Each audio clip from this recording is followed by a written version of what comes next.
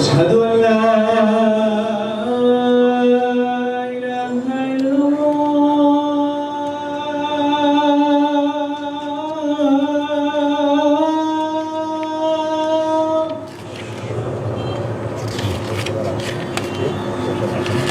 أشهد أن لا إله إلا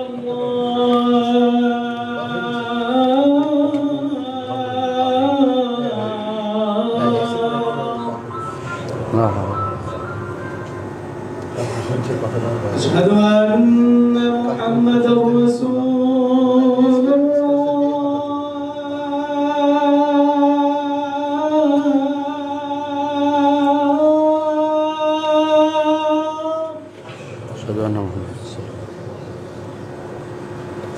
أشهد أن محمدا رسول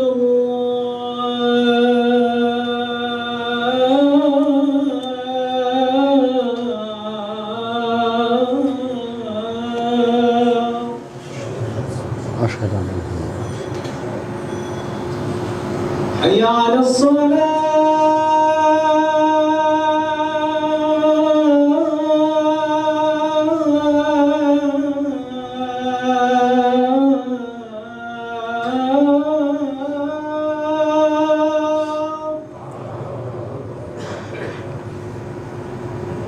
حي على الفلاح.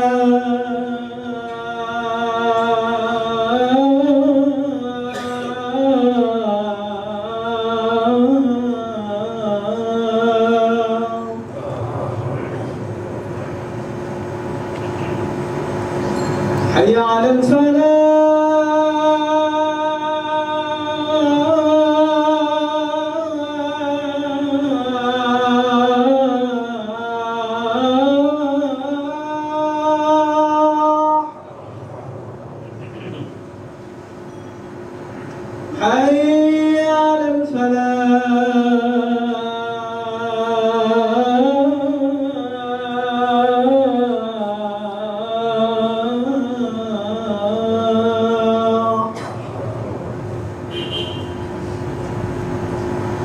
الله أكبر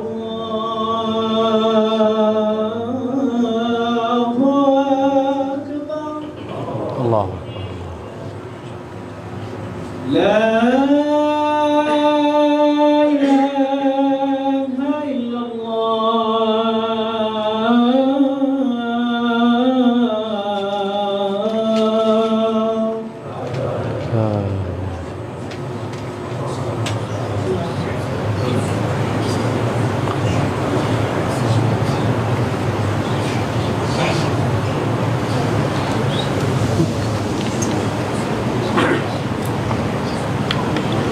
إن الحمد لله نحمده ونستعينه ونستغفره ونعوذ بالله من شرور أنفسنا ومن سيئات أعمالنا من يهده الله فلا مضل له ومن يضلل فلا هادي له وأشهد أن لا إله إلا الله وحده لا شريك له وأشهد أن محمدا عبده ورسوله يا أيها الناس اتقوا ربكم الذي خلقكم من نفس واحدة وخلق منها زوجها وبث منهما رجالا كثيرا ونساء واتقوا الله الذي تساءلون به والأرحام إن الله كان عليكم رقيبا يا أيها الذين آمنوا اتقوا الله حق تقاته ولا تموتن إلا وأنتم مسلمون يا أيها الذين آمنوا اتقوا الله وقولوا قولا سديدا يصلح لكم أعمالكم ويغفر لكم ذنوبكم ومن يطع الله ورسوله فقد فاز فوزا عظيما أما بعد فإن أصدق الحديث كتاب الله وخير الهدي هدي محمد صلى الله عليه وسلم وشر الأمور محدثاتها وكل محدثة بدعة وكل بدعة ضلالة وكل ضلالة في النار أيها الناس اتقوا الله فإن الله عز وجل أمرنا أن نتقيه ورسوله صلى الله عليه الصلاة والسلام أوصانا بذلك والتقوى وصية الأولين والآخرين সম্মানিত মুসলিয়ানি কিরাম, আমি আমার নিজেকে আপনাদেরকে আল্লাহ তাকওয়া অবলম্বন জানাচ্ছি। তাকওয়া অবলম্বন ছাড়া কোনো ব্যক্তি কোনো নিস্তার নেই। তাকওয়া অবলম্বন করলে আখিরাতে জান্নাত পেয়ে আপনি ধন্য হতে পারবেন, আর তাকওয়া অবলম্বন না করলে দুনিয়া এবং আখিরাতে আপনি সবচেয়ে ক্ষতিগ্রস্ত ব্যক্তির অন্তর্ভুক্ত হয়ে যাবেন। তাকওয়া অবলম্বন করার জন্য নবী রাসূলদের অনুসরণের কোনো বিকল্প নেই।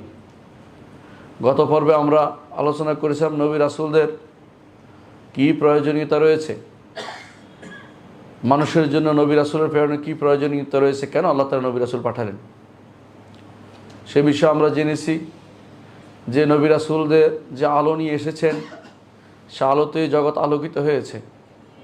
নবী রাসূলরা না হলে জগৎ অন্ধকারে থেকে যেত।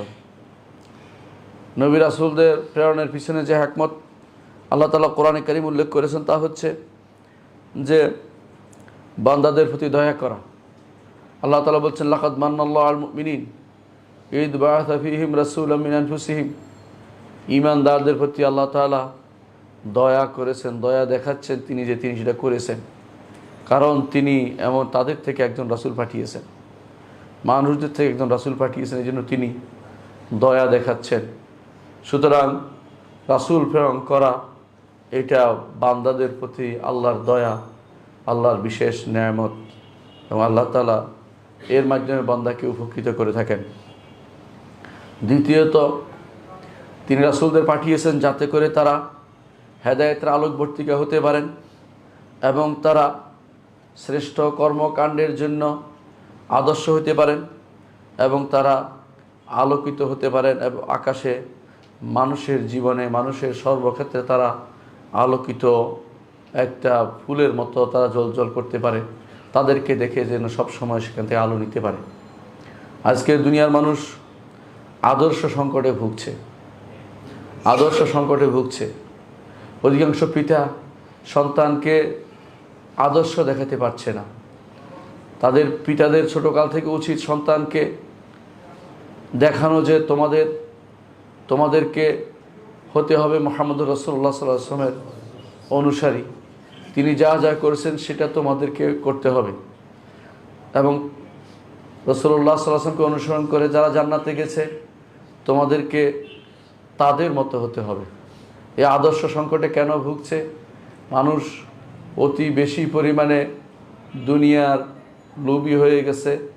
দুনিয়ার যে সমস্ত মানুষ আজ আদর্শ দেখাচ্ছে সেগুলিকে তারা আদর্শ হিসেবে গ্রহণ করছে। অনেক সময় দেখবেন অনেকেই বিভিন্ন রকমের গ্রন্থ রচনা করে, বিভিন্ন সংবিধান রচনা করে, সেখানে কোরআন এবং সুন্নাহ থেকে আদর্শ তারা নেয় না। তারা বিভিন্ন দেশ, বিভিন্ন ব্যক্তি, বিভিন্ন তথাকথিত দার্শনিক, তথাকথিত কোনো প্রাবন্ধিক ওদের থেকে কথা নিয়ে তারা সেটা রচনা করছে। এই সময়ে এসে আমাদের অনুরোধ থাকবে, আপনারা যারা রাষ্ট্রের কর্ণধার হিসেবে আছেন আপনাদের প্রতি অনুরোধ থাকবে আপনারা যেন কোরআন এবং সুন্নাহকে সর্বাগ্রে স্থান দেন। আপনারা যেন মুহাম্মদুর রাসূলুল্লাহ সাল্লাল্লাহু আলাইহি ওয়াসাল্লাম আদর্শকে সবার আগে স্থান দেন। তিনি কিভাবে রাষ্ট্র পরিচালনা করেছেন সেভাবে যেন আপনি রাষ্ট্র পরিচালনা করেন। আপনারা যেন রাসূলুল্লাহ সাল্লাল্লাহু আলাইহি ওয়াসাল্লাম আদর্শ উজ্জীবিত খোলাফায়ে রাশেদার নীতি অনুসারে আপনাদের সব কিছু সাজিয়ে নেন। আপনাদের কোনো কাজ যেন কোরআন এবং সুন্নাহর বিরোধী না হয়। এদেশের মানুষ সবাই যেটা চায় সেটার প্রতি আপনি গুরুত্ব দিন। বাইরের কে কী গুরুত্ব দিল সেটা আপনার কাছে যেন গুরুত্ব না পায়, সেটা আপনাকে খেয়াল রাখতে হবে। নবী রাসূলগণকে আল্লাহ তাআলা পাঠিয়েছেন হেদায়েতের জন্য, সেই যুগের জন্য নয়, সর্বযুগের জন্য। আগে যখনই এরকম কোনো অন্ধকার থাকতো, অন্ধকার এসে যেত, তখনই আল্লাহ তাআলা সেখানে নবী পাঠাতেন, রাসূল পাঠাতেন।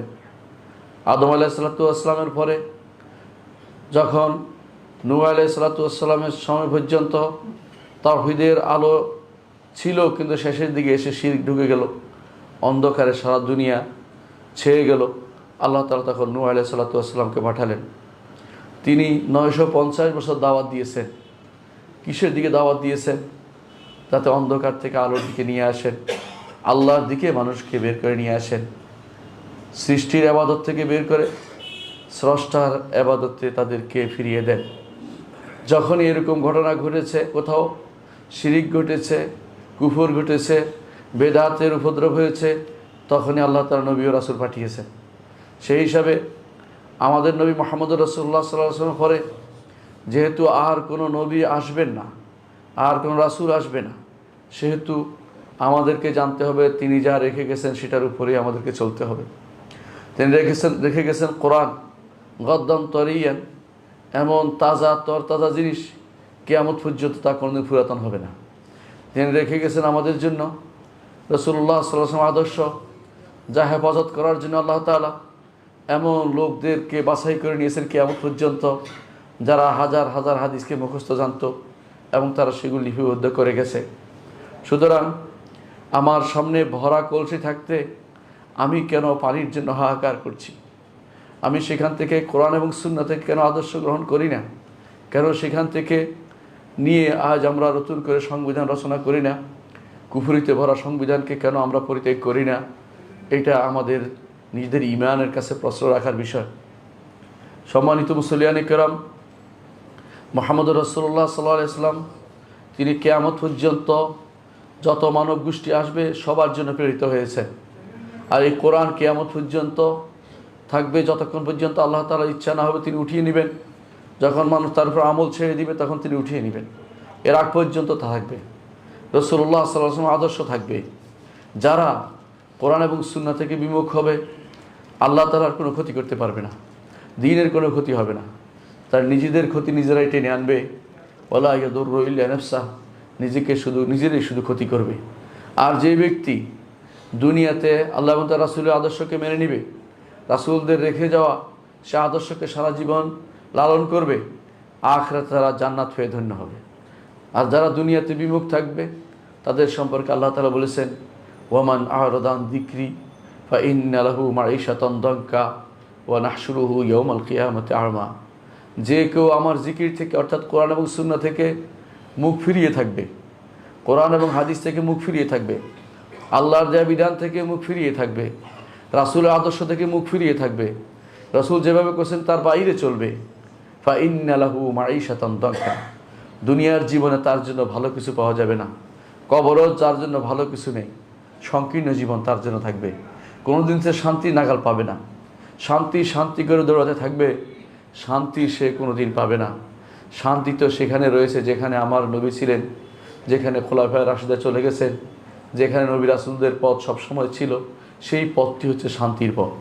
এই পথটি বাদ দিয়ে অন্য যে পথে কেউ চলতে চায়, কেউ বা সাময়িকভাবে অন্য কোনো পথে উঠতে চায়, ওই পথগুলি কখনো শান্তির পথ হতে পারে না। এগুলি কোনোদিনই শান্তির পথ হইতে পারে না। এই জন্য প্রতিটি মানুষের উচিত শান্তির পথ খোঁজা।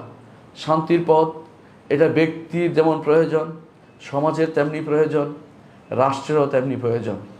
শান্তির পথ খোঁজা, সবার জন্য শান্তির ব্যবস্থাপনা করা।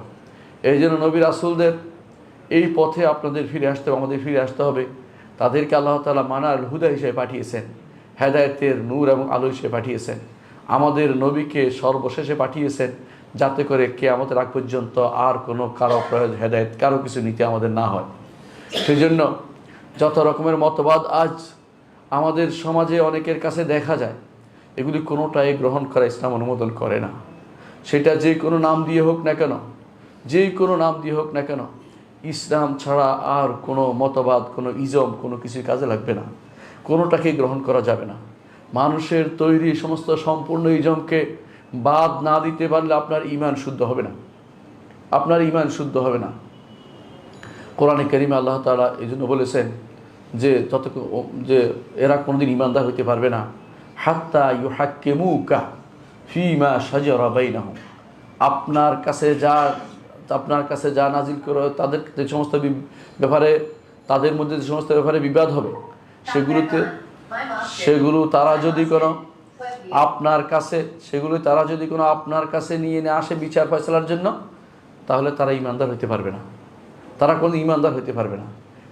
সুম্মা লা ইয়াজিদু ফি আনফুসিহিম হারাজাম মিম্মা কাদাইতা, আপনি যে ফয়সালা দিবেন সেই ফয়সালার বাইরে তারা আর কোনো ফয়সালাকে গ্রহণ করতে পারবে না।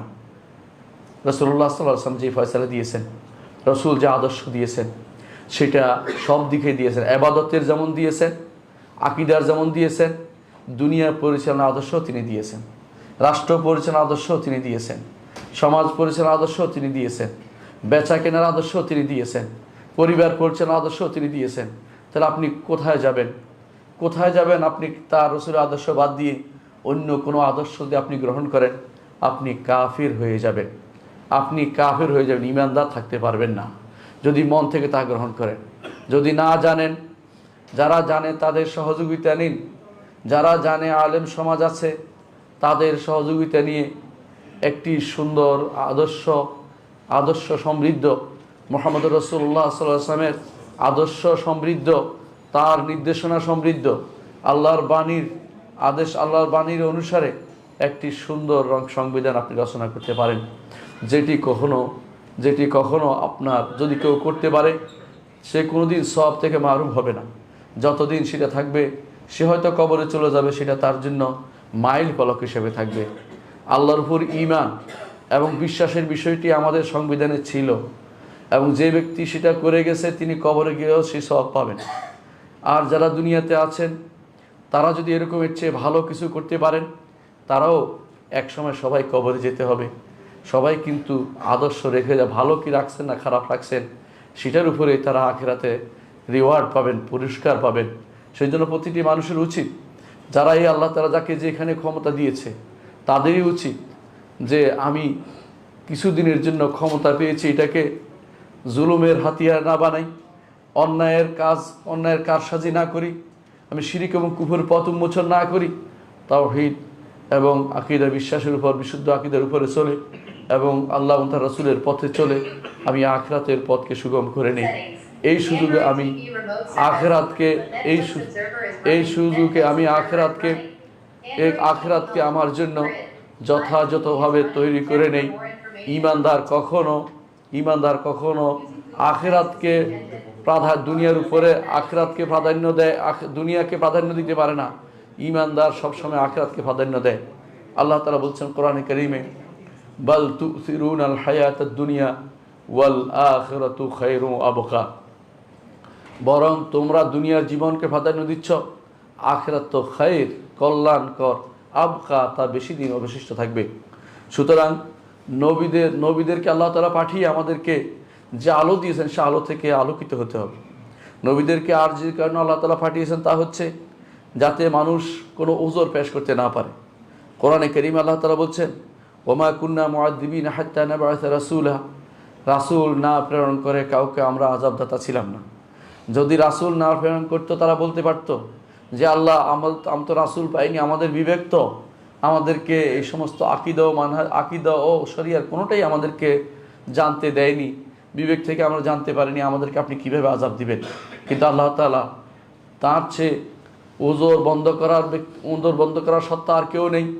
তিনি এমন এক সত্তা, তিনি কারো ওজর রেখে কাউকে জাহান্নামে দিবেন না, ওজর রাখার সুযোগ দিবেন না দুনিয়াতে। সেই জন্য তিনি রাসূল প্রেরণ করেছেন। আল্লাহ তাআলা জন্য বলছেন, ওমা কুন্না মুআযযিবিনা হাত্তা নাবআসা রাসূলা, রাসূল না প্রেরণ করে কাউকে আমরা শাস্তি দিতাম না।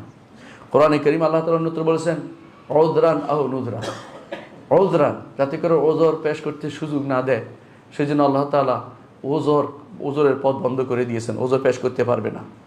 সূরা তাহার 134 নম্বর আয়াত আল্লাহ তাআলা বলছেন, ওয়ালাউ আন্না হালাকনাহুম বিআযাব মিন ক্বাবলিহি, যদি আমরা আমার পক্ষ থেকে আযাব দিয়ে তাদেরকে ধ্বংস করে দিতাম, লাকালু, তখন তারা বলতো, রব্বানা লাউলা আরসালতা ইলাইনা রাসূলান, আল্লাহ রাসূল কেন প্রেরণ করলেন না? রাসূল প্রেরণ করলে আমরা কি করতাম? ফানাত্তাবি আয়াতিকা, আপনার আয়াতকে অনুসরণ করতাম, মিন ক্বাবলা আন নাদিল্লা ওয়া নাখজা, অপমানিত হওয়ার আগে এবং আমরা নিজেকে ভুলুণ্ঠিত হওয়ার আগে আমরা অবশ্যই আপনার আয়াতকে অনুসরণ করতাম। এর অর্থ হচ্ছে আল্লাহ রাসূল প্রেরণ করার পরেই শুধুমাত্র ধ্বংস করেছেন। এবং রাসূল সব জায়গায় প্রেরিত না হলেও তাদের প্রতিনিধি আল্লাহ তাআলা সব জায়গায় পাঠিয়েছেন। অনেকে হয়তো বলতে পারেন উপমহাদেশে কাকে পাঠানো হয়েছে, আমরা অনেক কিছুই জানতে পারি না, কারণ উপমহাদেশের বড় সমস্যা হচ্ছে দুইটি। একটি হচ্ছে তারা কাউকে আল্লাহর পর্যায়ে উঠিয়ে দিবে আর কাউকে নিকৃষ্ট বানিয়ে দিবে, মধ্যপন্থা তাদের জীবনে আসে নাই। এই জন্য আল্লাহ তাআলা এখানে হয়তো এমন কাউকে পাঠিয়েছেন, আমরা বিশ্বাস করি, ঈমান রাখি, কিন্তু আমরা সেটা জানতে পারিনি, কারণ তার কওম হয়তো তারা আল্লাহ বানিয়ে ফেলেছে, নয় তাদেরকে পরিপূর্ণভাবে ধ্বংস করে দিয়েছে, কারণ তাদের মধ্যে বাড়াবাড়ি এবং ছাড়াছাড়ি সবচেয়ে বেশি। তাছাড়া এমনও হতে পারে যে আল্লাহ তাআলা অন্যখানে রাসূল পাঠিয়েছেন, সেখানে তাদের প্রতিনিধি পাঠিয়েছেন। সেটাই আল্লাহ তাআলা কোরআনে কারীম বলেছেন, ওয়া ইম মিন উম্মাতিন ইল্লা খালা ফিহা নাদির। এমন কোনো জাতি নেই যেখানে আল্লাহ তাআলা পাঠাননি, ভীতি প্রদর্শনকারী পাঠাননি। সুতরাং আল্লাহ তাআলা অবশ্যই পাঠিয়েছেন, কিন্তু আমরা সেটাকে সংরক্ষণ করতে পারিনি। এই জন্য ইতিহাস দেখবেন, ভারতবর্ষের ইতিহাস, যেমনটি আব্দুল হালিম লাখনবী তিনি বলেছিলেন দহকাতুল সিবিয়ান। ভারতবর্ষের ইতিহাস যারা লিখেছে বেশিরভাগই হাস্যকর ইতিহাস লিখেছে, বাচ্চারা হাসাহাসি করবে সেরকম ইতিহাস, কারণ তারা আসলেই সত্যিকার ইতিহাস লিখতে পারেনি, কাউকে বাড়াবাড়ি করেছে, এরপর আরেক সরকার আসে তাদেরকে ভুলুণ্ঠিত করেছে, আরেকবার আরেকজন আসে অনেকে উঠাবে, আবার আসে আরেকজন নামাবে, এই কারণ করেছে, কেউ আসলে ইতিহাস রচনা করতে পারেনি। ইতিহাসগুলো সবচেয়ে নিকৃষ্টতম কাজ হয়েছে আমাদের এই ভারতবর্ষের। এই জন্য এখানকার অনেকে হয়তো বলতে পারেন নবী রাসূল দেখি না কেন, তা আপনি দেখবেন না, কারণ আপনার পূর্বসূরীরা সেই ইতিহাসকে বিকৃত করে দিয়েছে। গত 20-30-40 বছরের ইতিহাসে দেখেন না কতবার বদলালো। যা যদি কোনো হয় আমাদের নবীর আগে, এর অর্থ হচ্ছে সেটা ইতিহাসের আর কোনো খুঁজে পাওয়া যাবে না, এমন কঠিন অবস্থা করে দিয়েছে। আল্লাহ তাআলা অবশ্যই নবী রাসূল পাঠিয়েছেন। কেন? আল্লাহ তাআলা বলে দিয়েছেন, লি আল্লাহ ইয়াকুনা লিন-নাস হুজ্জাতুন বা'দার রাসূল। রাসূল প্রেরণ করার পরে কেউ যেন বলতে না পারে যে আমি তো জানতাম না। এই জন্য আল্লাহ তাআলা কোরআনে কারীমে আমাদেরকে এবার জানিয়ে দিয়েছেন যে আমরা অবশ্যই রাসূল প্রেরণ করেছি, যাতে করে তোমাদের কোনোদিন কেউ বলতে না পারে যে আমি তো জানতাম না, না জেনে যেন আমি কাউকে না জেনে জাহান্নামে দেই না।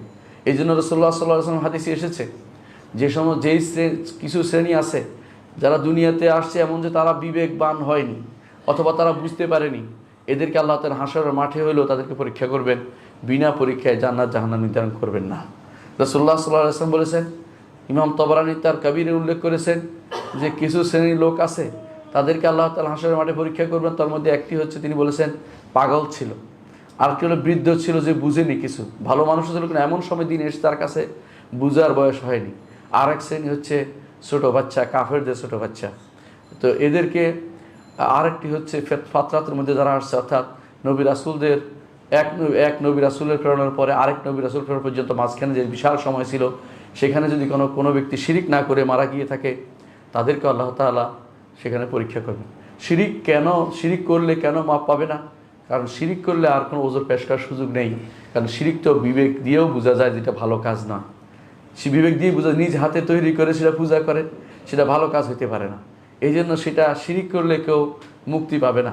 শিরিক না করে মারা গেলে হানিফ হিসেবে উঠবে, হাশরের মাঠে আল্লাহ তাআলা তাকে তার মতো করে পরীক্ষা করে জান্নাত বা জাহান্নাম নির্ধারণ করবেন। সেটা হচ্ছে কোরআন হাদিস দ্বারা সাব্যস্ত। সুতরাং আল্লাহ তাআলা অবশ্যই নবী রাসূল প্রেরণ করেছেন এবং সেটার মাধ্যমে তিনি মানুষের ওজর পেশ করার যাবতীয় যে সমস্ত সুযোগ ছিল সেগুলিকে বন্ধ করে দিয়েছেন। নবী রাসূলরা কী করতেন? নবী রাসূলদের প্রথম কাজ ছিল আল্লাহর ইবাদতের দিকে, একমাত্র আল্লাহর ইবাদতের দিকে মানুষকে আহ্বান করা। কোরআনে কারীমে আল্লাহ তাআলা বলছেন সূরা আম্বিয়ার 25 নম্বর আয়াতে, ওয়া মা আরসালনা মিন ক্বাবলিকা মির রাসূলিন ইল্লা নূহি ইলাইহি আন্নাহু লা ইলাহা ইল্লা আনা ফা'বুদুন। যখনই আমরা রাসূল প্রেরণ করেছি আপনার আগে, অর্থাৎ মুহাম্মদুর রাসূলুল্লাহ সাল্লাল্লাহু আলাইহি ওয়াসাল্লাম আগে আল্লাহ তাআলা যখন রাসূল প্রেরণ করেছেন, ইল্লা নূহি ইলাইহি, তখনই আল্লাহ তাআলা তাদের কাছে ওহী প্রেরণ করেছেন। কি ওহী দিয়েছেন? আন্নাহু লা ইলাহা ইল্লা আনা ফা'বুদুন, একমাত্র আমি ব্যতীত আর কোনো ইলাহ নেই, সুতরাং আমারই ইবাদত করো। এই ইবাদত কথাটি মসজিদে যেমন চলবে, তেমনিভাবে সব জায়গাতে আল্লাহর বিধান যেখানে আছে সেটা প্রতিপালন করাই ইবাদত। আল্লাহর বিধান প্রতিপালন করাই ইবাদত। মসজিদে যেমন, ঘরে যেমন, সমাজে তেমন, রাষ্ট্রে তেমন। আপনি যা রচনা করতে যাচ্ছেন সেটা যদি কোনো আল্লাহর ইবাদতের বিরোধী হয়, তো আপনি কত নবীদের বিরুদ্ধে চলছেন, আপনি কোরআন এবং সুন্নাহর বিরুদ্ধে চলছেন। সেটাও আপনি একটা গ্রন্থ লিখলেন, আপনি যে কোনো গ্রন্থ লিখবেন সেটা যদি কোনো রাসূলুল্লাহ সাল্লাল্লাহু আলাইহি ওয়াসাল্লাম আদর্শ বিরোধী হয়, কোরআন সুন্নাহ বিরোধী হয়, আপনি অনেক বড় পণ্ডিত, তাই বলে যে গ্রন্থ লিখছেন সেখানে কোরআন সুন্নাহ বিরোধী কথা আছে, এর অর্থ হচ্ছে আপনি নবী রাসূলদের যে ইচ্ছা এবং তাদেরকে যে কারণে প্রেরণ করা হয়েছে তার বিরুদ্ধে চলেছেন। কাদের আপনি অনুসরণ করেছেন? আপনি অনুসরণ করছেন ফেরাউন, নমরুদ, আবু জাহাল, আবু লাহাবদের অনুসরণ করছেন, কারণ তারা নবীদের বিরোধী ছিল। আপনার কর্মকাণ্ড নবীদের বিরোধী হচ্ছে। আপনার কর্মকাণ্ডের কারণে আপনি যদি কোনো 10টি মানুষ পথভ্রষ্ট হয়, আপনার কর্মকাণ্ডের জন্য যদি কোনো মানুষ ক্ষতিগ্রস্ত হয়, যদি কোনো মানুষ আল্লাহ থেকে দূরে সরে যায়, তা আপনি কবরে গিয়েও শান্তি পাবেন না। কারণ আপনার এই যে রচনা করে গেছেন, খারাপ পথ রচনা করে গেছেন, তার শাস্তি আপনাকে পেতেই হবে। কারণ আপনি এটা বন্ধ করার পথ বন্ধ রেখে যাননি। কোনোদিন যদি এটা বন্ধ হয়ে যায় অন্যায় কাজ, তখন হয়তো আপনার গুনাহটি বন্ধ হবে। যে কোনো মানুষ যেমন সিনেমা হল তৈরি করে গেলে সে কবরে বসে সিনেমা হলের গুনাহ পেয়ে থাকবে, মসজিদ তৈরি করে গেলে মসজিদে কবরে বসে কবরে থেকে মসজিদে যারাই সালাত আদায় করবে সবার সালাতের সমপরিমাণ সবচেয়ে পেতে থাকবে। সুতরাং অন্যায়ের পথও সেরকম। মুহাম্মদুর রাসূলুল্লাহ সাল্লাল্লাহু আলাইহি ওয়াসাল্লাম বলেছেন, মান সান্না ফিল ইসলামি সুন্নাতান হাসানাতান ফালাহু আজরুহা ওয়া আজরু মান আমিলা বিহা ইলা ইয়াউমিল কিয়ামা। যে কেউ ইসলামে সুন্দর একটি পথকে দেখাতে পারবে, অর্থাৎ সুন্নাহ হাসানা বলতে কোরআন এবং সুন্নাহ যা আসছে সেটাই, অর্থাৎ কোনো অন্যায় আচরণ পথ রচনা করেনি, কোরআন এবং সুন্নাহকে বাস্তবায়নের চেষ্টা করেছে, দেখিয়ে দিয়েছে, তার জন্য সেটার সওয়াব থাকবে এবং যত মানুষ সে কাজটি করবে তত মানুষের সওয়াব সে পেতে থাকবে। ওয়ামান সান্না সুন্নাতান সাইয়্যা, আর যে কেউ খারাপ কোনো পথ রচনা করবে, খারাপ একটা বই লিখে গেছেন, একটা সিনেমার বই লিখে গেছেন, সিনেমা হল দিয়ে গেছেন, অথবা বাসার মধ্যে একটা টিভি রেখে গেছেন, অথবা এমন কিছু রেখে গেছেন যার কারণে বছরের পর বছর মানুষ নিগৃহীত হবে, কষ্ট পাবে, তাহলে আপনি মনে রাখবেন যে আপনি অন্যায়ের পথ রচনা করে গেছেন। মরেও আপনি শান্তি পাবেন না, কবরে গিয়েও আপনি সেটার শাস্তি ভোগ করবেন। আমার কথা নয়, সাইয়্যিদুল খালক মুহাম্মদুর রাসূলুল্লাহ সাল্লাল্লাহু আলাইহি ওয়াসাল্লাম সেটা বলে দিয়েছেন। ফালাহু উইজরুহা, সে ওই ব্যক্তির গুনাহ বহন করবে, ওয়া উইজরু মান আমিলা বিহা, যারাই এর গুনাহ এটার উপর আমল করবে সবার গুনাহ সে বহন করবে, ইলা ইয়াউমিল কিয়ামা, কিয়ামত পর্যন্ত, মিন গায়রি ইউনকাসা মিন আওজারিহিম শাইআন, তাদের ওজরের তাদের গুনাহ যারা যারা গুনাহ করছে তাদের গুনার কমতি হবে না, কিন্তু ওই ব্যক্তি সমপরিমাণ গুনাহ বহন করবে। এই জন্য রাসূলুল্লাহ সাল্লাল্লাহু আলাইহি ওয়াসাল্লাম বলেছেন, দুনিয়ার বুকে যত হত্যা হয়, সমপরিমাণ গুনাহ আদম সন্তান প্রথম যে হত্যা চালু করেছে সে সমপরিমাণ গুনাহ বহন করে, কারণ আউয়ালু মান সান্নাল কাতল, অন্যায়ের পথ, হত্যার পথটি সর্বপ্রথম সে দেখিয়েছে।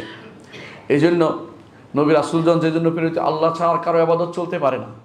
ইবাদত শব্দের অর্থ দাসত্ব। আপনার কর্মকাণ্ড কোন দিকে পরিচালিত হচ্ছে সেটাই দাসত্ব। কুল ইন্না সালাতি ওয়া নুসুকি ওয়া মাহইয়ায়া ওয়া মামাতি লিল্লাহি রাব্বিল আলামিন, হে নবী আপনি বলে দিন, আমার সালাত, ওয়া নুসুকি এবং আমার ইবাদত, ওয়া মাহইয়ায়া ওয়া মামাতি, আমার জীবন এবং মরণ, সব কিছু একমাত্র আল্লাহর জন্য হতে হবে। জীবনের প্রতিটি ক্ষেত্রে আল্লাহকে আপনি রাখবেন, যে আল্লাহকে সামনে রাখবো, যে তিনি আল্লাহর সন্তুষ্টিকে আপনি সামনে রাখবেন। এবং মৃত্যুর সময় আপনি চিন্তা করবেন যে আমি মারা যাচ্ছি, এমন কোনো কিছু কি রচনা করে যাচ্ছি যার কারণে আমার শাস্তি হবে? এমন কোনো কথা কি আমি কারো রক্তচক্ষুর ভয়ে বলা বন্ধ করে রেখেছি যার কারণে আমাকে শাস্তি পেতে হবে? আমার ক্ষমতা থাকার পরেও আমি এমন কোনো কাজ কি বাদ দিয়েছি যা আমি করতে পারতাম অথচ করিনি? সেই কারণে আপনাকে আখিরাতে শাস্তি ভোগ করতে হবে। যদি ঈমান আপনার আখিরাতে থাকে, যদি আপনি মনে করেন যে আল্লাহর সামনে অবশ্যই আপনি নিতে হবেন, আল্লাহর সামনে আপনাকে উপস্থিত হতে হবে, তাহলে অবশ্যই আপনাকে দুনিয়ায় থাকতে নবী রাসূলদের পথকে অনুসরণ করে যেতে হবে। কোরআন কারীমে আল্লাহ তাআলা আরও বলছেন, ওয়ালাকাদ বাআসনা ফী কুল্লি উম্মাতির রাসূলান, প্রতি জাতিতেই আমরা রাসূল প্রেরণ করেছি। কি বলে রাসূল প্রেরণ করেছি? আনিবুদুল্লাহ ওয়া ইজতানিবুত তাগুত, একমাত্র আল্লাহর ইবাদত করা এবং তাগুতকে বর্জন করা। তাগুত কারা? তাগুত হচ্ছে ওই শক্তি, এমন প্রতিটি বিধান হইতে পারে, এমন প্রতিটি অনুসরণ হইতে পারে, এমন প্রতিটি আনুগত্য হইতে পারে, এমন কোনো মাবুদ হইতে পারে, উপাস্য হইতে পারে, এমন যে কোনো জিনিস যারা আল্লাহ তাআলার সমকক্ষতায় নিয়ে এসেছে, যাকে নিয়ে আসছেন আপনি, তাকে সমকক্ষ সরাসরি হইতে হবে না। কিসের দিক থেকে? আনুগত্যের দিক থেকে। আপনি তো সম্পূর্ণ আনুগত্য কার জন্য করবেন? আল্লাহর জন্য। এই আল্লাহর জন্য আনুগত্য না করে যদি কোনো আপনি অন্য কারোর জন্য পূর্ণ আনুগত্য প্রকাশ করেন, আল্লাহর আনুগত্যের বিরুদ্ধে গিয়ে, সামন্তরালে গিয়ে, তাহলে অথবা বিরোধী হয়ে, তাহলে আপনি তাকে তাগুত বানালেন। এই জন্য কখনো একটা কবরও তাগুত হইতে পারে, কোনো একটা বইও তাগুত হইতে পারে, কোনো গ্রন্থও তাগুত হয়ে যেতে পারে, মানে ব্যক্তিও তাগুত হয়ে যেতে পারে, যখন আপনি সেটাকে আল্লাহ এবং তার রাসূলের অনুসরণের বাইরে তাকে আপনি অনুসরণের জন্য মেনে নেবেন। অথবা এমন কোনো নেতাও হইতে পারে, যখন আপনার কাছে আল্লাহ রসুল সাল্লাল্লাহু আলাইহি ওয়াসাল্লাম সর্বোচ্চ নেতা হিসেবে বিবেচিত হয়নি, কোনো নেতাকে আপনি সবার উপরে স্থান দিয়েছেন, তার সন্তুষ্টিকে আপনি আল্লাহর সন্তুষ্টির উপরে স্থান দিবেন। এমন কোনো ব্যক্তিকে যদি আপনি সামনে এগিয়ে দেন, অবশ্যই আপনি তাকে তাগুত বানালেন। এই জন্য তাগুতের সবচেয়ে সুন্দর সঙ্গ হচ্ছে এটা, যে কেউ যদি কোনো আল্লাহর রুবুবিয়তের বৈশিষ্ট্যে অথবা আসমা সিফাতের বৈশিষ্ট্যে অথবা আল্লাহর ইবাদতের কোনো বৈশিষ্ট্যে অন্য কাউকে অংশীদার করে, সেই ব্যক্তি তাকে তাগুত বানালো। রুবুবিয়ত, উলুহিয়ত, আসমা সিফাত, এই তিনটি জিনিস আমরা ভালো বুঝি, অর্থ বুঝি, কিন্তু এদের বিপরীতে কাউকে দাঁড় করানো, নিজে যদি দাঁড় করায় তাহলে সে তাগুত বানালো। কেউ যদি সন্তুষ্ট না থাকে তাকে দাঁড় করানো, সেই তাগুত হলো না, কিন্তু আপনি তাকে তাগুত বানিয়েছেন। যেমন ঈসা আলাইহিস সালাতু ওয়াস সালামকে নাসারারা তাগুত বানিয়েছে, তিনি তাগুত নন, কিন্তু নাসারারা তাকে তাগুত বানিয়ে নিয়েছে, কারণ তারা আল্লাহর সামন্তরালে দাঁড় করিয়েছে সব কিছু। তাকে নবীরা কোরআন কারীম আল্লাহ তাআলা বলছেন যে রাসূলদেরকে শুধু প্রেরণ করেন লিইউতা বিইজনিল্লাহ, আল্লাহর অনুমতিক্রমে আনুগত্য করার জন্য। এই নয় যে তাদেরকে ইবাদত করবেন আপনারা, এটার জন্য নয়। শুধু ইবাদত যদি করে তখন তাগুত হয়ে যাবে। ঠিক অনুসরণের ক্ষেত্রে সীমা লঙ্ঘন করলে সেটাকে তাগুত হয়ে যাবে। আল্লাহ যেটা অনুসরণ, যথা আল্লাহ তাআলা অনুসরণের বাইরে গিয়ে অনুসরণ করলে। ঠিক কারো ব্যক্তি যদি কোনো ভালোবাসার দিক থেকেও কাউকে বেশি ভালোবাসেন, তাহলে আপনি তাকে তাগুত বানিয়ে ফেললেন। তাগুত বানার মূল কথাই হচ্ছে এটা, যতগুলি রুবুবিয়তের বৈশিষ্ট্য আছে, যতগুলি আসমা সিফাত আছে, এগুলি যদি কোনো, যতগুলো ইবাদতে যতগুলো এলিমেন্টস আছে, এগুলি যদি কোনো আপনি অন্য কাউকে দিয়ে আপনি আন্তরিকভাবে খুশি আছেন, আপনি তাকে তাগুত বানিয়েছেন। সুতরাং ওয়াজতানিবুত তাগুত, তাগুত থেকে বেঁচে থাকতে হবে। এই হচ্ছে প্রথম নবী রাসূলদের দাওয়াতের প্রথম কাজ হচ্ছে এটা, একমাত্র আল্লাহর দিকে তারা ডাকবেন।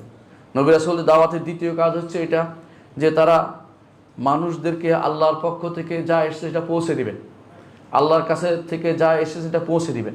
পৌঁছে দেওয়ার দায়িত্ব, মানিয়ে ফেলার দায়িত্ব আল্লাহ তাআলা তাকে দেননি। এই জন্য আল্লাহ তাআলা কোরআনে কারীম বলেছেন লাস্তা আলাইহিম বিমুসাইতির, আপনি তাদের উপর দারোগা নন। আরও বলেছেন ফালাআল্লাকা বাখিউন নাফসাকা আল্লা ইয়াকুনু মুমিনিন, আপনি কি তাদের নিজেকে ধ্বংস করে দিবেন তারা ঈমানদার না হলে? সেটা না, আল্লাহ তাআলা অন্য আয়াতে বলেছেন ওয়ামা আলাইকা আল্লা ইয়াযাক্কা, তারা যদি পবিত্র না হয় আপনার কিছু করার নেই, আপনি তো ওমা আলাইকা ইল্লাল বালাগ, আপনার দায়িত্ব হচ্ছে পৌঁছে দেয়া। আল্লাহ তাআলা বলছেন আল্লাযীনা ইউবাল্লিগুনা রিসালাতিল্লাহ, নবীদের প্রশংসা করে আল্লাহ তাআলা বলছেন যারা আল্লাহর রিসালাতকে মানুষের কাছে পৌঁছে দেয়, ওয়ায়াখশাউনাহু, এবং একমাত্র আল্লাহকেই ভয় করে, ওয়ালা ইয়াখশাউনা আহাদান ইল্লাল্লাহ, আল্লাহ ব্যতীত আর কাউকে ভয় করেন। দ্বিতীয়বার বলেছেন। ভয়ের বিষয়টি কেন এসেছে? দুনিয়ার বুকে আজ অধিকাংশ দেশের মানুষগুলো বাইরের দেশের ভয়ে একেবারে চুপসে গেছে। অমুক দেশে আমাকে মেরে ফেলবে, অমুক দেশে আমাকে ক্ষমতা রাখবে না, অমুক দেশে এইটা করবো ওইটা করবো, এই জন্য আমি আল্লাহর কথা বলতে পারবো না। অমুক দেশের ভয়ে আমি এমন লোককে নিয়োগ দিব যে আমাদের দেশে সমকামিতা প্রমোট করে, অমুক দেশের ভয়ে আমি এই কাজটা করব, আমাদের দেশে যে সবচেয়ে নিকৃষ্টতম জিনা ব্যভিচারকে প্রমোট করছে। এইটা কোনোদিন ঈমানদারের কাজ হতে পারে না। ঈমানদার একমাত্র আল্লাহকে ভয় করবে, ঈমানদার রাসূলকে তার আদর্শ মনে করবে। আল্লাহ তাআলা রাসূল সম্পর্কে বলেছেন ওয়ায়াখশাউনা, আল্লাহকে ভয় করে।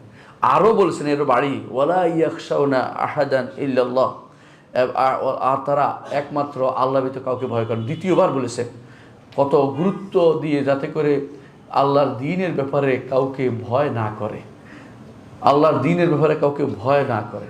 যদি কেউ আল্লাহ ছাড়া অন্য কাউকে ভয় করে, আল্লাহর নিরাপত্তা তার উপর থেকে উঠে যায়, তখন সে যেই ভয় করছে সেই ভয়ে সে পতিত হবে। আর যেই ব্যক্তি আল্লাহ তাআলা নিরাপত্তায় আসবে, তার তো কোনো ভয় নেই, মরে গেলেও সে জান্নাতে যাবে, মরে গেলেও তার অবস্থা সে আল্লাহ মানুষের কাছে প্রশংসিত হবে, মানুষও তার প্রশংসা করবে, তার তো কোনো ক্ষতি নেই।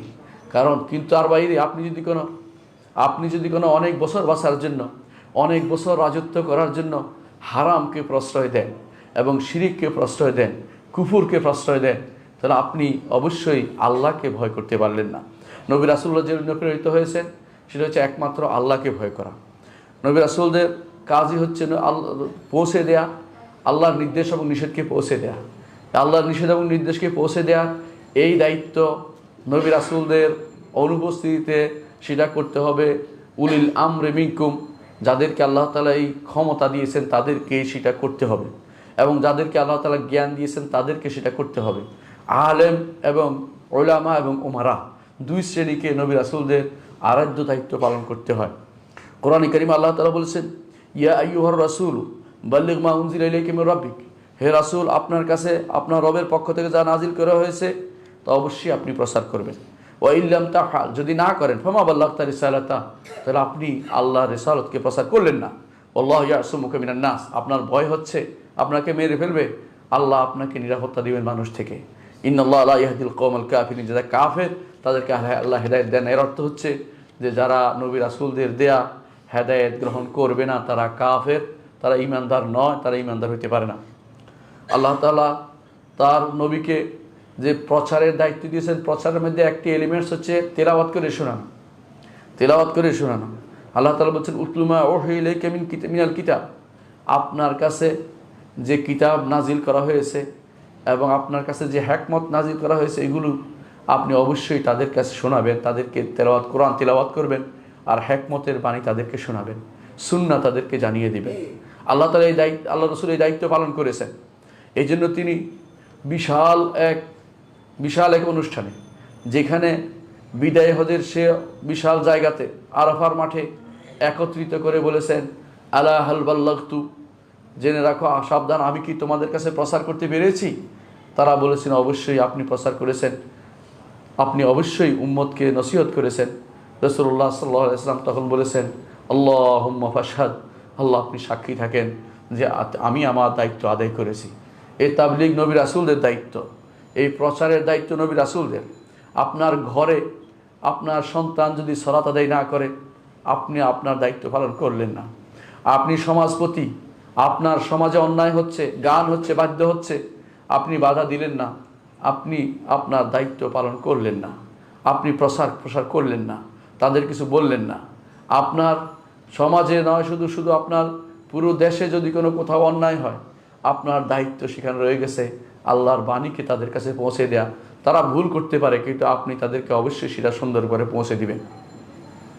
কোরআনে কারীমে আল্লাহ তাআলা অন্যত্র বলেছেন, কামা আরসালনা ফীকুম রাসূলাম মিনকুম ইয়াতলু আলাইকুম আয়াতিনা, তোমাদের থেকে একজন রাসূল প্রেরণ করেছি, তোমাদের থেকে একজন রাসূল প্রেরণ করেছি তোমাদের মাঝে। কী জন্য? যাতে করে তোমাদের কাছে আল্লাহর আয়াত তিলাওয়াত করে শোনায়। শুধু আল্লাহর আয়াতকে তেলাওয়াত করে শোনানো, আল্লাহর আয়াতকে বুঝিয়ে দেয়া। এখন তো তেলাওয়াত হয়ে গেছে প্রতিযোগিতার বিষয়, ইন্টারন্যাশনাল প্রতিযোগিতা করে, আন্তর্জাতিক প্রতিযোগিতা, কে কত পাস করলো, কে কত নম্বর পাইল, কত নম্বর হইল, এটা দেখার বিষয় হয়ে গেছে। কোরআনে কারীম এই কোরআদের এই কাজটি আসলে ইলমি কাজ নয়। কারীদের আপনি কারি বানান, ভালো কথা, ভালো পড়তে পারে, দেশের সুনাম আনতেছে, ভালো কথা, এটা কিন্তু উদ্দেশ্য ছিল না কোরআনে কারীমের। মূল উদ্দেশ্য কোরআনে কারীমের বাস্তবায়ন করা, অর্থ বোঝা, নিজের জীবন হতে শুরু করে সর্বোচ্চ রাষ্ট্র পর্যন্ত সব জায়গাতে কোরআনে কারীমের বাণী অর্থ বুঝবে মানুষ এবং সেটা অনুসারে চলবে, এটা দায়িত্ব ছিল। কারো আরব তিলাওয়াত করার কথা কেন বলা হয়েছে? আরবরা তিলাওয়াত করলেই বুঝতো, এটা আপনি তো বুঝেন না। তেলাওয়াতের সাথে আপনাকে অর্থটাও তাদেরকে বুঝিয়ে দিতে হবে এবং যে সমস্ত তাফসির আছে গ্রহণযোগ্য সেগুলি থেকে আপনি তাদেরকে সেটা জানিয়ে দিবেন। বেশি দূরের বিষয় নয়। আজ আলহামদুলিল্লাহ খাদমুল হারামাইন শরীফাইন তিনি যে তাফসির সারা বিশ্বে মানুষের জন্য তাফসির হাদিয়ে দিয়েছেন, সারা বিশ্বের মানুষের প্রতিটি ভাষায়, সেখান থেকে আপনি আলো নিতে পারেন। পছন্দ না হলে আপনি ইবনে কাসির থেকে নিতে পারেন, যিনি আপনি বলুন যে ওহাবি ছিলেন না আপনাদের দৃষ্টিকোণ থেকে, কারণ তিনি তার আগেই এসেছেন, অনেক আগে তিনি এসেছেন। তো তার তাফসিরটা অন্তত পড়ে বুঝতে পারেন যে আল্লাহ কী বলতে চাইছেন। আল্লাহর বাণী যদি কোনো আপনি শুধু সারা কাল বিকাল পড়লেন, এতে 1 হরফে 10 নেকি পাবেন ঠিক, কিন্তু আপনি হেদায়েত পাবেন না। হেদায়েত পেতে হলে অর্থ বুঝতে হবে, হেদায়েত পেতে হলে আল্লাহ কি বলছেন সেটা জানতে হবে। হেদায়েত পাওয়ার চিন্তা নিয়ে কোরআনে কারীমকে অবশ্যই আপনি পড়তে হবে, তেলাওয়াত করতে হবে। নবী রাসূলদের পৌঁছানোর আরেকটি বিষয় হচ্ছে বর্ণনা করা। তেলাওয়াত যেমন কোরআনে কারীমকে আমরা করার কথা বলছি, কোরআনে কারীম তেলাওয়াত করবে, বর্ণনাও করতে হবে। কিসের বর্ণনা করবে? কোরআনে কারিমের অর্থ বর্ণনা করবে, যেটা সেটা হলো সুন্নাহ। রসুল যা বলেছেন, যা করেছেন, যা অনুমোদন করেছেন, সবগুলোই তো সুন্নাহ। এই জন্য আল্লাহ তাআলা বলছেন ওয়ানজালনা ইলাইকা যিকরা, আপনার কাছে নাজিল করেছে জিকির, আপনার কাছে কোরআন নাজিল করেছে আল্লাহ তাআলা। কী জন্য? লিতুবাইয়িনা লিন্নাসি মা নুজিলা ইলাইহিম, আল্লাহ তাআলা যা নাজিল করেছেন সেটা আপনি সুন্দর করে বর্ণনা করে বিস্তারিত বুঝিয়ে দেন। আল্লাহ তাআলা বলছেন আকিমুস সালাতা, সালাত কায়েম করো, বর্ণনা করেছেন মুহাম্মদুর রাসূলুল্লাহ সাল্লাল্লাহু আলাইহি ওয়াসাল্লাম। আল্লাহ তাআলা যা যা বলেছেন সেটা বর্ণনা করার দায়িত্ব আল্লাহ তাআলা তার নবীকে দিয়েছেন। আপনি আমি অমুক গোষ্ঠী নয়। আজ যারা বেরিয়েছে তথাকথিত যারা হাদিস অস্বীকারী গোষ্ঠী, নিজেদেরকে কোরআনী ফেরকা বলতেছে, তাদেরকে জিজ্ঞাসা করুন যে তুবাইয়িনা লিন্নাসি মা নুজিলা ইলাইহিম, বয়ান বর্ণনা করা আর তিলাওয়াত করার মধ্যে পার্থক্যটা কি? বর্ণনা অর্থ হলো প্রকাশ করে দেয়া, স্পষ্ট করে দেয়া, কিভাবে কি করতে হবে সেটা বলে দেয়া। আল্লাহ তাআলা কোরআনে কারিমে শুধু বলে দিয়েছে ওয়ালিল্লাহি আলান নাস হিজ্জুল বাইতি মান ইসতাতা ইলাইহি সাবিলা, যে ব্যক্তি চায়, যে ব্যক্তি আল্লাহর ঘরের কাছে যেতে পারে, তার সামর্থ্য আছে, সে যেন হজ করে। হজটা কীভাবে করতে হবে এই বর্ণনা কে দিয়েছে? মুহাম্মদুর রাসূলুল্লাহ সাল্লাল্লাহু আলাইহি ওয়াসাল্লাম। সুতরাং এই বর্ণনার দায়িত্ব এটা প্রচারের অন্তর্ভুক্ত। যদি বর্ণনা না দিয়ে থাকেন, আলেমরা সবসময় বলেছেন এটা যে উসুলের কায়দা হচ্ছে এটা, লা ইয়াজুজু তাখিরুল বায়ান আন ওয়াক্তিল হাজা, প্রয়োজনের সময়ে বর্ণনা না দেয়া জায়েজ নয়, প্রয়োজনের সময় বর্ণনা দিতে হয়। এই জন্য প্রয়োজনের সময় বর্ণনা আল্লাহ তাআলা যা বলেছেন সেটার প্রয়োজন হয়েছে সাহাবায়ে কেরামের, রসুল সেটা বর্ণনা করে দিয়েছেন, এবং সেটা আমাদের জন্য সেটা মানতেই হবে, এর বিকল্প কোনো কিছু নেই। নবীদের এই দায়িত্ব যে তারা অবশ্যই আল্লাহ তাআলা যা বলেছেন সেটা বর্ণনা করে দিবে মানুষদের কাছে। এরপর আল্লাহ তাআলা বলছেন ওয়া ইন তাওয়াল্লাউ, আর যদি তারা মুখ ফিরিয়ে নেয়, অর্থাৎ আপনি তাদেরকে অনেক কিছু জানিয়েছেন, মানে নাই, ফা ইন্নামা আলাইকাল বালাগ, আপনি তো শুধুমাত্র একজন প্রচারকারী। ঠিক আছে, মুহাম্মদুর রাসূলুল্লাহ সাল্লাল্লাহু আলাইহি ওয়াসাল্লাম তিনি মুবাল্লিগ নবী হিসাবে, সেটা যখন তিনি শাসক হিসেবে ছিলেন তখন তিনি কি শুধু প্রচারের দায়িত্ব নয়, তার দায়িত্ব হচ্ছে, তখন অনেকে মনে করতে পারেন তাহলে আপনি প্রচার করে বেড়ান, আমরা ঘুমিয়ে থাকি, তা কিন্তু না। যাকে আল্লাহ তাআলা দায়িত্ব দিয়েছেন, রাষ্ট্রের দায়িত্ব বা কোনো এলাকার ক্ষমতার দায়িত্ব, কোনো বিচারক দায়িত্ব দিয়েছেন, তিনি এই প্রচার যথেষ্ট মনে করবেন না। কারণ মুহাম্মদুর রাসূলুল্লাহ সাল্লাল্লাহু আলাইহি ওয়াসাল্লাম প্রচারের মধ্যে একটাও ছিল তার বাস্তবায়ন।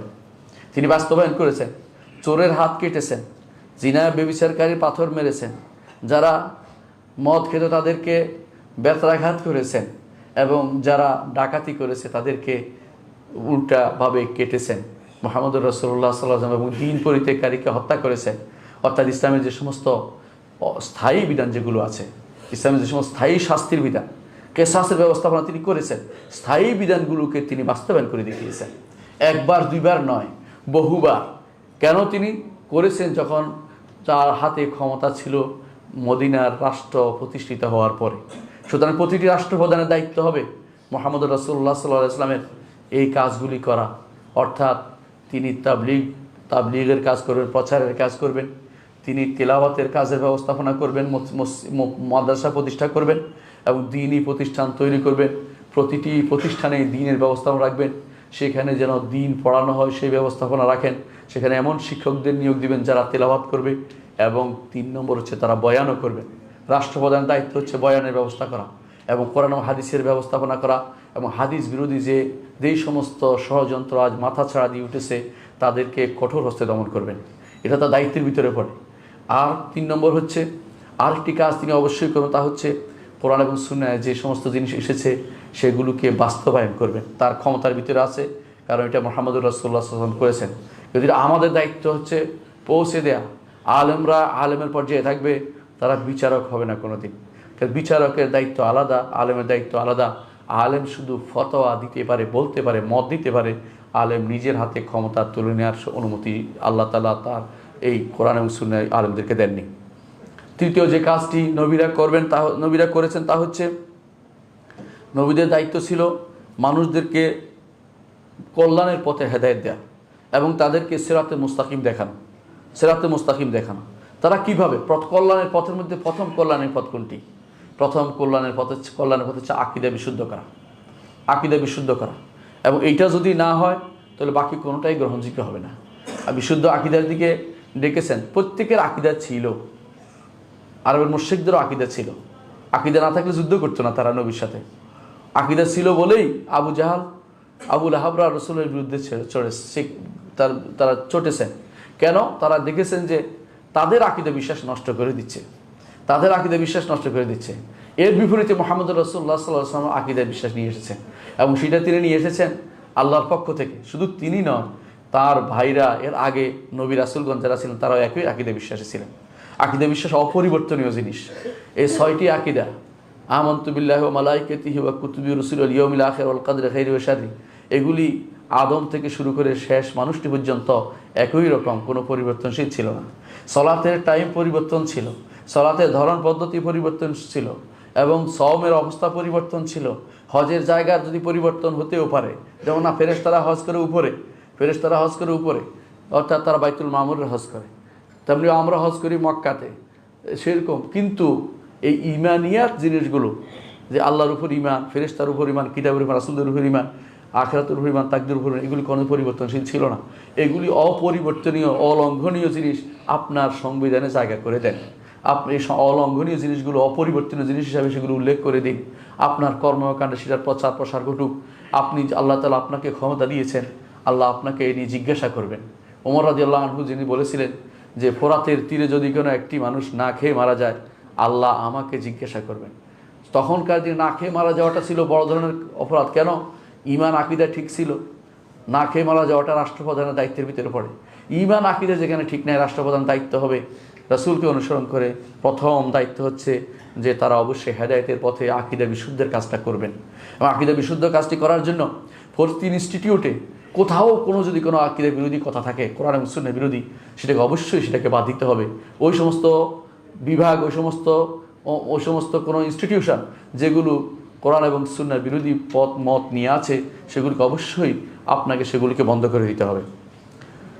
কোরআনে কারিমে আল্লাহ তাআলা এই জন্য বলছেন যে শিখিয়ে দিচ্ছেন কি দাওয়াত দিতে হবে। নবীরা কি করেছেন? কুল, বলে দিন, হুয়াল্লাহু আহাদ আল্লাহুস সামাদ লাম ইয়ালিদ ওয়া লাম ইউলাদ ওয়া লাম ইয়াকুল লাহু কুফুয়ান আহাদ।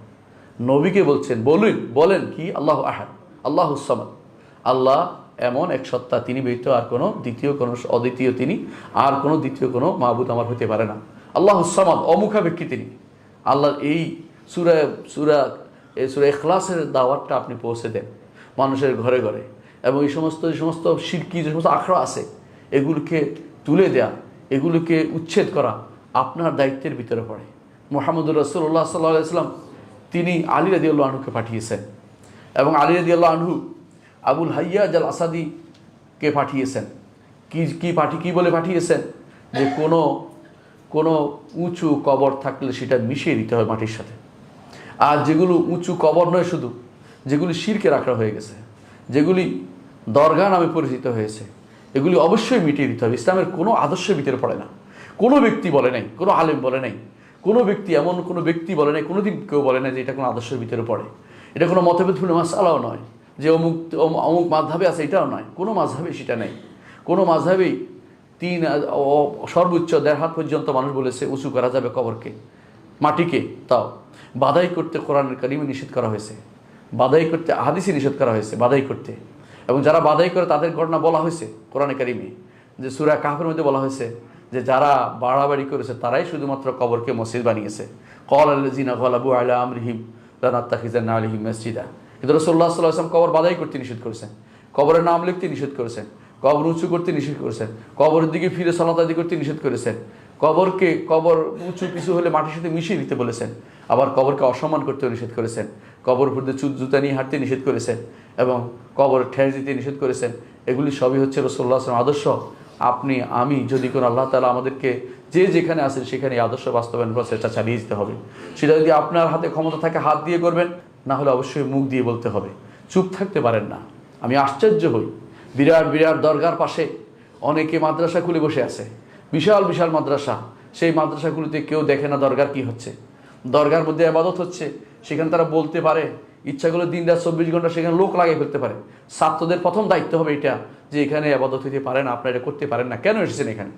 আপনি যদি কোনো ভালো কিছু চান, আপনার ভালো কিছু আল্লাহর কাছে চাইবেন। আর যদি আপনি মনে করেন যে আপনি কবর জিয়ারত করবেন, আপনার পিতামাতার কবর আছে সেখানে জিয়ারত করলেই হয়। আপনি এখানে আসছেন কি জন্য? কিছু পাওয়ার উদ্দেশ্যে এসেছেন। যে কেউ কোনো কবরের কাছে কিছু পাইতে যাবে সে ব্যক্তি মুশরিক, তার হজ বাতিল হয়ে যাবে, এতদিনের সালাত সব বাতিল হয়ে যাবে। কবরওয়ালা আপনাকে কিছুই দিতে পারে না। এই জিনিসটা নবী রাসূলরা এটা প্রতিষ্ঠা করতে এসেছেন। দেখুন, এই প্রতিষ্ঠা করার জন্য নূহ আলাইহিস সালাতু ওয়াস সালামকে 950 বছর দাওয়াত দিয়েছেন, কেউ ঈমান আনেনি। কি বলেছেন তিনি? রব্বি ইন্নী দাউতু কওমি লাইলা ওয়া নাহারা ফালাম ইয়াজিদহুম দুআই ইল্লা ফিরারা। আল্লাহ, আমি আমার কওমকে রাত দিন দাওয়াত দিয়েছি, ফালাম ইয়াজিদহুম দুআই ইল্লা ফিরারা, আমি যতই ডাকি ততই তারা পালায়, আমি যতই তাদেরকে ডাকি ততই তারা পালায়। এমনকি শুধু পালানো নয়, তারা ওসিয়ত করতে একে অপরকে যে নূহের কাছে যাওয়া যাবে না। নূহের নামে বদনামি তুলতো, বিভিন্নভাবে বিভিন্ন রকম বদনামি তুলতো। আজও যারা দাওয়াতের পথে আছে তাদের নামে বদনামি তুলছে। আপনার দায়িত্ব হবে বুঝে নেওয়া যে আসলে বদনামির বড় কথা না, আল্লাহ এবং রাসূল কি বলেছে সেটা দেখা। ব্যক্তির প্রতি কখনো আমি কখনো ব্যক্তির প্রতি কোনো গোড়ামি করতে পারি না, কিন্তু কোরআন এবং সুন্নাহর জন্য গোড়ামি নয়, সর্বোচ্চ ত্যাগ স্বীকার করতে হবে, যে এইটাই মানতে হবে, নাহলে মরে যেতে হবে। কোরআন এবং সুন্নাহর জন্য অন্য কিছুর জন্য মরতে পারেন না। কোরআন এবং সুন্নাহর জন্য আপনার মৃত্যুটা শাহাদত হবে, দুনিয়ার কোনো কিছুর জন্য মৃত্যু আপনার শাহাদত হবে না। কোরআন এবং সুন্নাহ আদর্শকে লালন করার জন্য আপনাকে সর্বোচ্চ ত্যাগ স্বীকারে আপনাকে প্রস্তুত থাকতে হবে। আল্লাহ তাআলা কোরআনে কারীম এটা বলেননি, লা তাসজুদু লিশ-শামসি ওয়া লা লিল-কামার, সূর্যের জন্য সিজদা করো, চাঁদের জন্য সিজদা করিও না। এই বিশাল সূর্য আর চাঁদকে যদি সিজদা না করেন, মূর্তিকে কীভাবে সিজদা করে? মূর্তি পাহারায় আপনার কাজ নয়, মূর্তি আইনশৃঙ্খলা বাহিনী বাইরে থেকে সেটা পাহারা দিবে, আপনি সেটা করতে পারেন না। ইমানদার সেটার কাজ করতে পারে না। আপনি সেটা না বুঝে লোক কেন পাঠাচ্ছেন? আপনার ছাত্রকে সেখানে কেন পাঠাবেন? এটা তো শরিয়া বিরোধী কাজ। আপনি কিভাবে চোখে সহ্য করতে পারেন? আপনার রবের নাম দিয়ে আরেকটার পূজা করা হচ্ছে, আপনি কিভাবে সহ্য করতে পারেন? সেদিকে তাকালে আপনার অন্তরে কেন কান্না আসে না? আপনার কষ্ট কেন অনুভূত হয় না? আপনি কিভাবে প্রশ্রয় দিতে পারেন সেখানে? এটাকে আপনার কাজ নয়। হ্যাঁ, আপনি দেশীয় শৃঙ্খলা রক্ষার্থে যা করেছেন সেটা আপনার দায়িত্ব নয়, যার দায়িত্ব সে করবে, সে সেটা করবে। আপনি সেটা আগ বাড়িয়ে গিয়ে যে তাদেরকে পাহারা দিতে হবে, আমরা তাদেরকে বাঁচাতে হবে, ওই জাতীয় আপনার দায়িত্ব নয়। এই কাজের দায়িত্ব যারা ক্ষমতাসীন তারা করবে। আপনি হুজুর হয়ে, আলেম হয়ে সেখানে আপনার যাওয়ার দায়িত্ব আপনাকে কে দিয়েছে? সেটা ইসলামে কোন আদর্শের ভিতরে সেটা পড়ে? বরং এই সমস্ত জায়গা আযাবের জায়গা, গজবের জায়গা। বরং রাসূলুল্লাহ সাল্লাল্লাহু আলাইহি ওয়াসাল্লাম বলেছেন, আযাবের গজবের জায়গাতে তোমরা কখনো ঢুকবে না, যদি ঢুকো কাঁদতে কাঁদতে ঢুকবে, যে আল্লাহ যেন তোমাদের উপর সেই বিপদ না এনে দেয়। সেই সমস্ত জায়গাতে আপনি কেন ঢুকবেন? সুতরাং এই সেজদা আল্লাহ ব্যতীত, শুধু সেজদা দিয়ে আল্লাহ তাআলা বুঝাচ্ছেন ইবাদত, যে আল্লাহ ব্যতীত যেখানে ইবাদত হয় সেটাকে প্রশ্রয় দেওয়া যাবে না। কোরআনে কারীমে আল্লাহ তাআলা সূরা সাবার মধ্যে বলছেন, কুল উদউল্লাযিনা যাআমতুম মিন দুনিল্লাহি লা ইয়ামলিকুনা মিসকালা যাররাতিন ফিস সামাওয়াতি ওয়ালা ফিল আরদ। যাদেরকে তোমরা মনে করছো যে এরা তোমাদের কিছু উপকার করবে, কাদেরকে এখন মনে করা হয়? পাগলাকে মনে করা হচ্ছে। পাগলার মসজিদকে এখানে স্ট্রিক্টলি নিষেধ করা উচিত, এখানে কোনো টাকা দিতে পারবে না। কেন টাকা দিবে? আপনারা ভাগ পান বলে তথাকথিত জেলার লোকেরা, জেলার ক্ষমতাসীনরা তারা ভাগ পায় বলে বা কিছু পায় বলে তারা সেগুলিকে আশ্রয় দিচ্ছে। পাগলার নামটা পাওয়ার কারণে টাকাটা দেওয়া হচ্ছে, আর কিছু নয়। মসজিদে টাকা দিলে অন্য মসজিদ দিলে কি অসুবিধা হতো? পাগলার মসজিদে প্রতি মাসের শেষে যা পাওয়া যায় সেটা তো কোনো ইউনিভার্সিটির বাজেটের মতো হয়ে যায়, কোনো মাদ্রাসার বাজেটের মতো হয়ে যায় বছরের। এর অর্থ হচ্ছে এগুলি যে আপনি পাচ্ছেন, এগুলি কিসের টাকা নিচ্ছেন? হারাম নিচ্ছেন, প্রশ্রয় দিচ্ছেন, শিরকে প্রশ্রয় দিচ্ছেন। কেউ যদি সেখানে একটা টাকা দেয় তার ঈমান শেষ। কেউ যদি একটা টাকা সেখানে প্রশ্রয় দেয় তার তো ঈমান চলে যাবে, যদি বুঝে শুনে দেয়। না বুঝে ঈমান যাবে না, কিন্তু বুঝে শুনে যদি কোনো প্রশ্রয় দিচ্ছে ঈমান কিন্তু শেষ হয়ে যাবে। আপনি ঈমানটা বড় সম্পদ, আপনাকে মনে রাখতে হবে। নবী রাসূলরা ঈমানকে প্রতিষ্ঠা করার জন্য এসেছেন। এই প্রথম বলছে ডাকি অবশ্যই কল্যাণের যত দ্বার আছে নবী রাসূলরা সেটা রক্ষার্থে এসেছেন। সুতরাং আপনি যদি মনে করে থাকেন যে